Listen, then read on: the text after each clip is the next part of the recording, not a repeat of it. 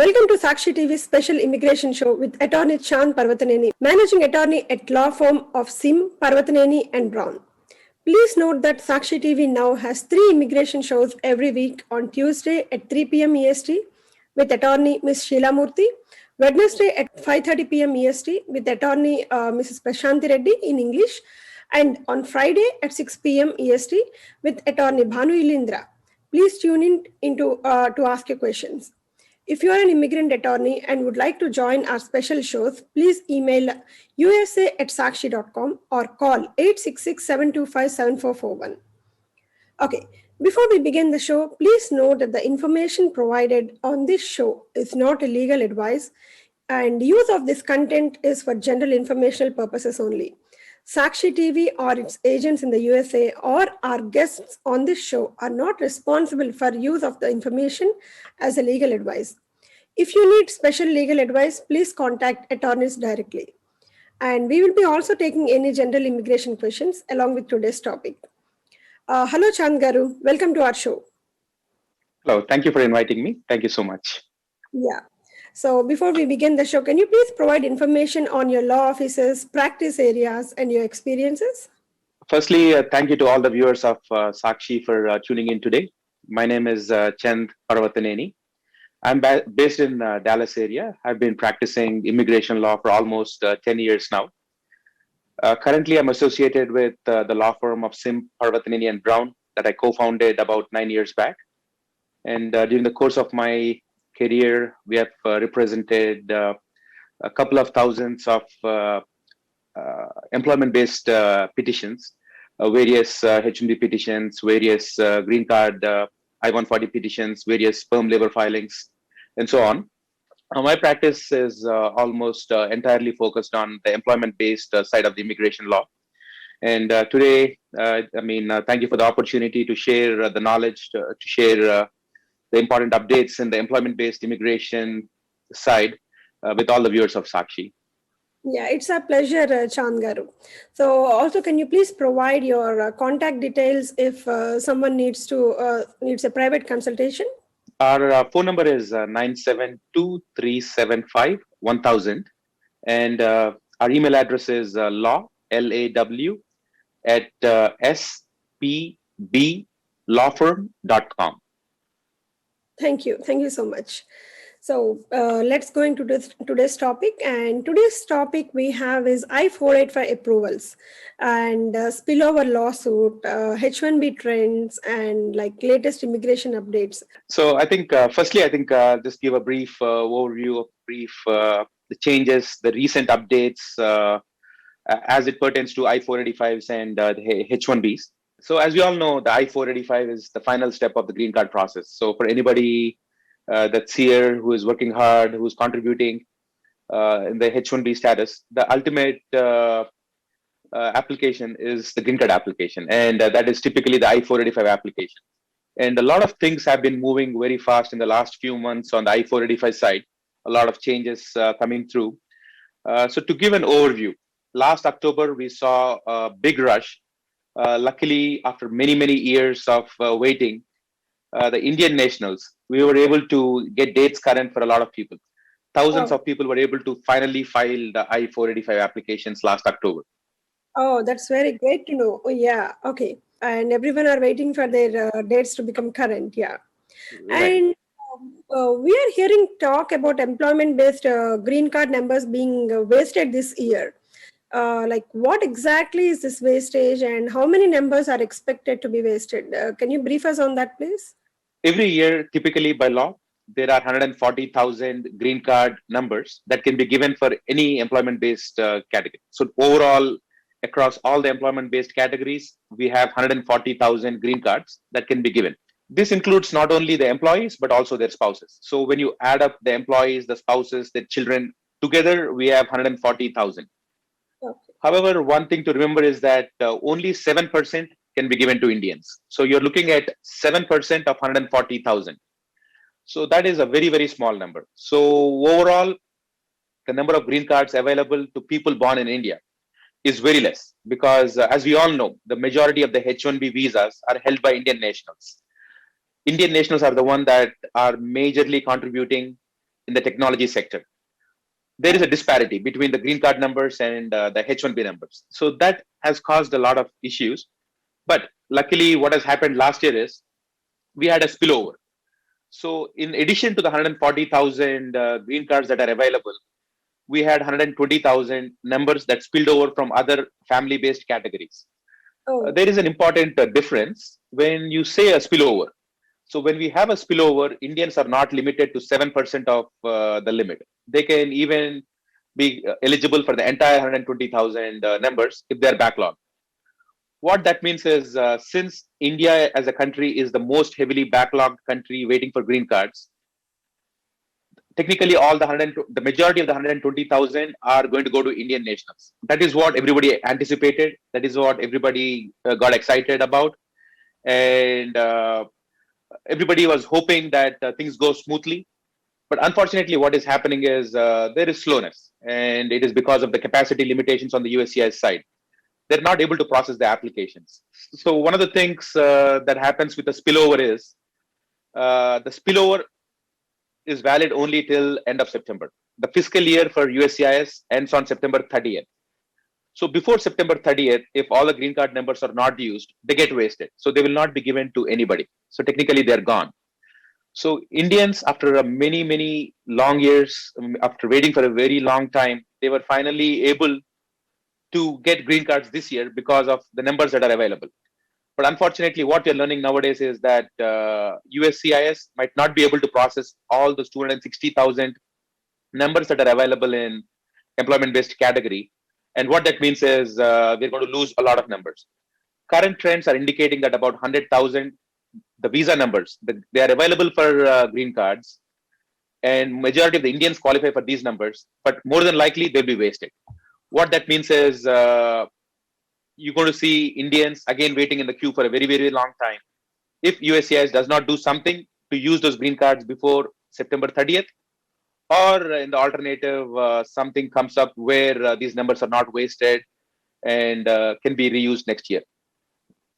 Based on the oh. current news, we can anticipate about 100,000 numbers being wasted, and that is of great concern. So hopefully something would change in the next 1-2 months, and we have to watch out this space and see what is happening. So whoever have the priority date around March, I mean in 2015 or something, do you anticipate that they can be fit into this category, or what is your anticipation on that? So right now the dates are current only till 2013 for EB3 and 2011 for EB2. So 2015 is probably not going to come in the next 1-2 months because we have time until September 30th to use these numbers. And currently 2015 is very hard. Even the people that are in 2011, 2012, we don't know if they will be given green card before September, end of September, because there is severe slowness on USCIS side. And what that means is, even though somebody is in 2011, 2012, the dates are still current. We don't think they might be able to get a green card until USCIS really speeds up their process. And it looks like they have speeded up their process based on what is happening in the last quarter of this fiscal year. But in spite of that, we really think that a lot of numbers are getting wasted. And what that means is a lot of people whose dates are still current might not be able to get the green cards in this fiscal year.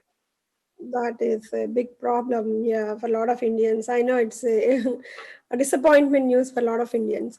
So, can you provide some information about the lawsuit that filed to prevent wastage of this I-485 numbers, like for the employment-based green card category? Like, is it going to help Indians get a green card easily? So since now that it is becoming very clear that USCIS is on track to waste a lot of numbers, I think people are concerned, and some people, I think, they have approached the court. So a lawsuit has recently been filed a few days back. It has been filed in the federal court in Maryland, and it has been filed by 125 plaintiffs who are applicants in I-485 applications. So these 125 people, primarily Indians and from China, because these two countries do have the backlog, they have approached the court. They're asking court to make the decision. They're asking the judge, the federal judge, to make a decision, and they're asking to get the green cards because the dates are current. In case the green cards cannot be processed because there is a processing there is a process that needs to be followed, and USCIS has to go through certain steps to issue the green cards. So what they're requesting the court is, in case USCIS cannot grant them the green cards before September 30th, in that case, preserve those numbers, because right now we talked about the numbers getting wasted, where nobody can use those numbers. Right. So they're asking the judge to make a decision. They're saying, uh, can you make sure the numbers are preserved? And that is a lawsuit that has been filed recently. And this lawsuit, if it prevails, it could help in the 100,000 green cards, those numbers being preserved. Hypothetically, that is the best case scenario. Would this lawsuit really take care of the problem? Would this lawsuit really make sure these 100,000 numbers are not getting wasted?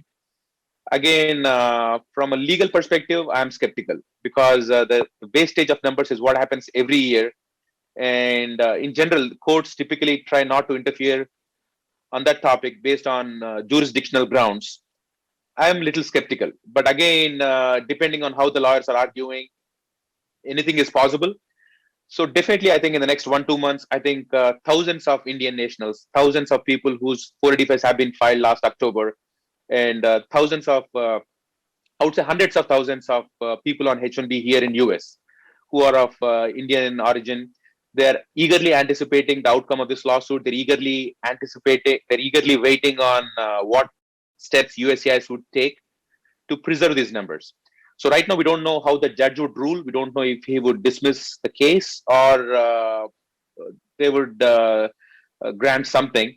But I mean, definitely, at least there is some hope. There is a lawsuit filed. There is somebody looking at this. The judge may rule in our favor. So we just Yes. have to be optimistic at this point. Yeah. Hope, praying for, to get a good result. I mean, good news from the judge. Yeah. So, what are the current visa bulletin dates, and what kind of predictions can be made for the upcoming visa bulletin for the employment-based green cards? So the current August bulletin that got released a few weeks back in July. So that is for the month of August. So according to the latest visa bulletin, the dates for EB1 category, they're all current, and that is anticipated. So anybody under EB1 category, they should not see any issue. EB2 category, it's moved up to June 2011. And the EB3 category is where we are seeing a lot of movement. EB3 category is currently at July 2013. Anybody with a priority date of July 1st, 2013 or earlier, they're eligible to get a green card right now. Assuming the downgrade I-140 is approved, they're eligible to get a green card. However, in reality, that is not happening because there is a processing lag. So even though technically they're eligible to get a green card, we are not really seeing green cards for people whose priority date is in 2013. But theoretically, July 1st, 2013 is the current date in the visa bulletin. In terms of the future predictions, we have some input from Charlie Oppenheim. He's in charge of the visa bulletin from Department of State.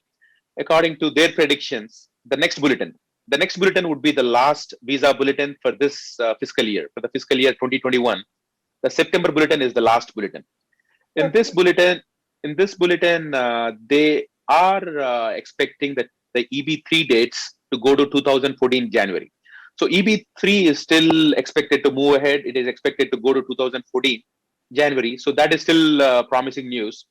And they made it clear that we will not see any retrogression, at least until September 2022. So what that means is the dates will only go forwards. They're not expected to go backwards and retrogress. So that is great news. And for EB2, they're looking at the spillover from EB1 category. So EB2 is expected to move forwards, definitely not as fast as EB3, but definitely I think a few months of forward movement can be seen in EB2 category. And they're also predicting that until January, we will see forward movement. After January of next year, probably the dates will slow down because a lot depends on EB3 approvals. A lot of people have filed for the EB3 I-140 downgrades. In the next couple of months, we will see a lot of those I-140s getting approved. And as they get approved, the numbers will get readjusted. So the current predictions are until January of 2022, we will see forward movement. After that, probably the speed will slow down. probably no retrogression at least until September 2022. For the I-485 green card cases that your law firm filed last year, like what kind of processing times are you currently seeing to give an idea on processing times? Like, just wanted to check on that processing times. Like, are you seeing difference in the processing times based on the service centers where the application was filed? Last October, thousands and thousands of I-485s were filed after a very, very long time. Because last October's bulletin, the dates were moved ahead, and luckily it helped a lot of people file their 485s. So during October, we had thousands and thousands of applications at the service centers. Like in general, many 485s were filed in October. Right. If you go back to September, so at least in our law firm, majority of the cases that are filed in September, all of them have received their green cards. Majority of them have received their green cards without any I-485 interview. This is for all the September filings before the actual rush happened. And in October, when all these numerous I-485s were filed by thousands of people, I think the service centers were overwhelmed. So I think because of these large rush of applications, the dates from October, I think the speed has slowed down. What we are seeing on our side is we have seen the first green cards for October cases in the month of May, at least in our law firm. So the cases that got filed in October timeframe, the initial green cards started coming in May, but in May and June, the speed was very, very slow. They were just slowly coming. Starting from the first week of July, we really started seeing a lot more green cards get approved. And that is expected because July, August, and September, these 3 months are the last quarter of the fiscal year. And typically every year, the last fiscal quarter always sees a jump in the speed of approvals. That is because USCIS is also trying very hard to not waste numbers, and they typically speed the process up. So starting in July, we are seeing a lot of approvals in general. And that being said, the service center seems to be playing a very, very important role in the speed of approvals. Speed of approvals. Okay. The cases that were filed in October, they went to 3 different service centers. Some cases went to the National Benefit Center in Missouri. Some cases went to the Texas Service Center in Irving, in Dallas area. And then a couple of the cases went to the Nebraska Service Center in Lincoln. And there is a rule. So we don't have a choice on where we want to send it. It's not that you can send it to any service center based on the company. So there are certain rules based on the application type, the petition type that USCIS publishes. So based on that, we had to send it to different service centers. What we are seeing is the National Benefit Center in Missouri, any cases that went to that jurisdiction, the National Benefit Center, we are seeing a little bit faster movement in those cases. We are seeing a lot of green cards for those cases. Texas Service Center, unfortunately, is very, very slow. And Nebraska is also slower, but probably a little bit faster than Texas. And I think the reason for that is Texas and Nebraska, they handle a lot more cases. They handle a lot more type of cases. And I think they're just understaffed. But hopefully, I think USCIS will do something to speed the process up. But in general, I think, but I think there is serious slowness in Texas Service Center cases and Nebraska Service Center cases. Like we are hearing extreme slowness with the issuance of EAD cards and advanced payroll documents for travel purposes, for the employees who have filed these green card applications. Like, is it true that USCIS is taking a longer time for processing EAD cards and AP for I-485 green card pending applicants? Yeah, that is correct. And compared to what we used to see a couple of years back, anytime you file a I-485, the EAD card, which is the employment authorization, and AP, which is the travel permit. The typical timeframes were about 3 months, about 90 days. And around the 90-day mark, we used to see majority of those get approved in the past. Okay. However, for the October filings, because of the large number of applications that were sent out during that 1 month, there is a lot of randomness. I mean, we are seeing a lot of randomness. The first Mhm. approvals in our law firm, we started seeing them in December. In December, January, we started seeing approvals. Oh, And again, I think the service center also has a lot to do with the approvals. The National Benefit Center in Missouri, they are a lot faster. Those are the ones that I think we are seeing very, very good approval rate, the EAD cards and the APs. However, Nebraska and Texas, they're extremely slow. And majority of our cases have still not received the EAD cards for the Nebraska cases and the Texas cases. oh, Um, and there is a lot of randomness because there are people who have received their EAD card. There are people who have not received the EAD cards. There are people who have received it a long time back. There are people who have not even had their biometrics scheduled yet. So there is hmm. a lot of variation. So, but again, a lot of people are waiting for these documents because EAD card would let them change their employer. For people who are looking for portability and travel permits, advance paroles, they would let people travel out of the country. So a lot of people are anxious, but unfortunately, things are pretty slow. And can employee travel while their I-485 is pending, like especially considering the dates moving forward? The general rule is that once you have an adjustment of status, which is the I-485 application for the green card, as long as it is pending, typically one should not travel. Oh, However, if somebody is on H1 or they want to travel on H1, they are allowed to travel out of the country without abandoning their green card application.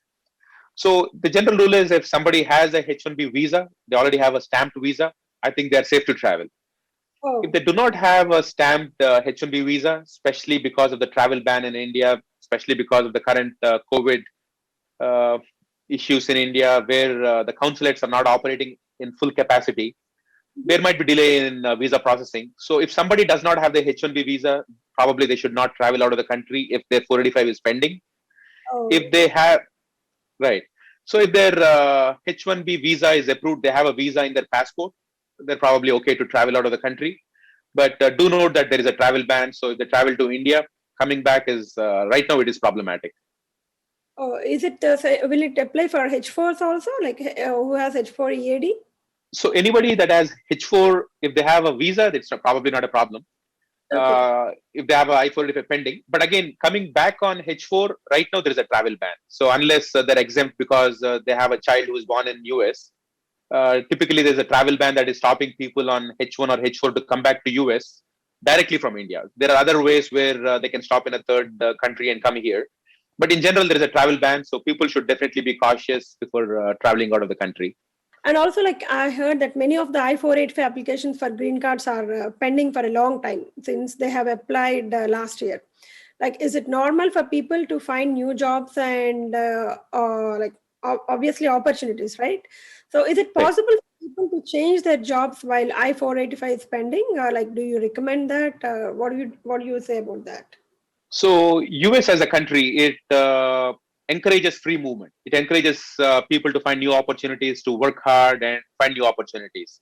So as a part of that, in the normal career progression, people find new opportunities, people find opportunities for growth, and so on. And the laws have taken care of this problem. So the laws in general allow people to find new jobs. And there is a concept called AC21 portability. And what that says is after 180 days, the I-485 is filed. People can change their jobs. That is allowed. However, there are some rules around that. So the big thing to remember is people are allowed to change a job, but it has to be in the same or similar occupation. So there are some fine nuances. And I mean, more information is available in a 2016 USCIS memo. So they have released a memo where they laid out some guidelines. And from a employee's perspective, the main thing to keep in mind is as long as the job is in same or similar occupation, they're allowed to change the job, and take up the new opportunity as long as they waited for at least 180 days. So they can file their I-485. They have to wait for 180 days. And after that, if they get an opportunity, a good opportunity in the same or similar occupation, they are free to change their jobs. And the previous I-485 filing will still be active and it is still valid. Okay, okay, yeah. Many people have filed for EB3 downgrades last year, right? Like, are those cases getting approved? Do you think, like, or are you seeing any issues with downgrade cases? So in high level, we are not really seeing any cases with the new I-140 downgrade filings. The only problem is the processing time is very, very slow. So when I-485s were applied concurrently along with I-140 applications, because it was a downgrade application, you cannot apply it in premium. So it had to be applied in regular process initially. And regular processing for I-140s nowadays is very, very slow. It is taking a very long time. So in general, the main issue we are seeing is slowness. But again, after a few months, people are allowed to upgrade. So what we have done is we have upgraded a lot of our cases. So wherever the employer wanted to upgrade those cases, we upgraded those I-140s. So any of the upgraded cases, either they're getting an easy approval or they're getting very simple RFEs. Because when you talk about a downgrade, you're talking Right. about an I-140 which was already approved in the past. So we are already talking about the experience qualifications already being met, and Mhm. the only criteria is ability to pay on the employer side, and typically it is not a big burden. So Got in general, we are seeing easy approvals. If we're getting any RFAs, it is simple RFAs. The only issue is the speed of approvals. So we are encouraging people to get an approval easily by upgrading it to premium. So it. anywhere, especially if the dates are current, we encourage people to go for premium processing and try to get an approval. So I-140 is out of the way. Can you provide some information on second lottery for H1B? Like, why was the second H1B lottery done, and when can the employees picked in the second lottery file for H1B? Like, does they have any deadlines for that? So in general, there are 85,000 H1B visas available every year, 60,000, 65,000 in regular quota and 20,000 in master's quota. So this March, USCIS has taken the initial lottery. So they've selected all the potential beneficiaries in that lottery. Right. And the employers were given 90 days to file the H1s. So that deadline ended on June 30th. So June Oh, 30th, all the employers were asked to file their H1Bs. But what has happened is many applications were not filed. So USCIS, once they received all the initial set of H1Bs by the deadline, they did their analysis and they found out that they had unused numbers. So because those numbers have to be used up for the fiscal year and the numbers are still available, they went ahead and issued a notification last month and said that they made more selections. So this is what is the second lottery. So more employees were selected, and luckily that helped a lot of applicants who were not selected initially. And now these new picks, they have time until November 3rd to apply. oh, So whoever got selected in the second lottery, they have to start applying. And again, they have a deadline. It's a 90-day deadline, and the deadline ends on November 3rd. oh. November 3rd. November 3rd, yeah. How are the approvals and current patterns with recently filed CAP H1Bs, like for the first time H1B applicants? Like, are you seeing any specific issues or RFAs being raised for the first time H1B cases? What we are seeing this year is a very smooth process. In the last couple of years, we are seeing a lot of approvals compared to the previous years. So in general, USCIS has been very smooth this year. They're giving easy approvals. When I say easy approvals, I'm talking about cases where the beneficiary qualifies for the position. The position is the good position that qualifies for H1B visa. The pay meets the standards and so on. So for the clean cases, we are seeing very easy approvals. USCIS is approving cases easily for good cases in general. And the main things they're targeting is maintenance of status and the beneficiary's qualifications.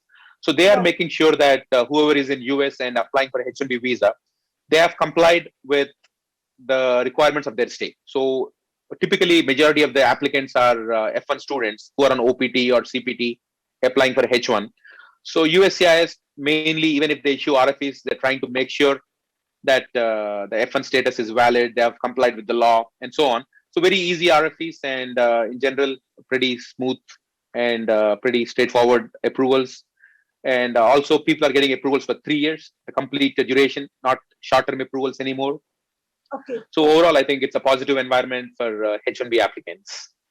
Okay, I think it's very great talking to you, and I think our viewers has got enough information on this I-485 processing times and how the green card, what are the current dates and all. So, can you conclude by summarizing the current immigration adjudication trends and any impact for future cases? Overall, I think we have a new administration this year, and things were slow with USCIS. Things are getting smoother. Things are getting faster. Unfortunately, there is still slowness, but again, we just have a new administration. We have a new team in place. Just this week, we have a new director at USCIS. The position was confirmed. Urj Yadav, she would be the new director at USCIS. So we are hoping she's a very qualified, highly qualified individual. So hopefully things are getting smoother. Things are on right track, and we are just hoping that green card numbers are not wasted. That is Right. the big thing of concern right now, and hopefully that will help all the people who are working very hard, contributing to the taxes, contributing to the economy of US. So we hope that USCIS takes that into consideration and uh, has adds more efficiency on their side to encourage talent to come into US. Thank you, Chand Garu, for coming to our show and giving your valuable information to all our Sakshi TV viewers. So we'll catch up again in our next show. Thank you so much. So అందరూ చూసారు కదా ఈరోజు మన చాంద్ గారితో this interview. So everyone, if you have any other questions, please contact Chand Garu in the given numbers which are scrolling down. So signing off for today, Radhika. Thank you.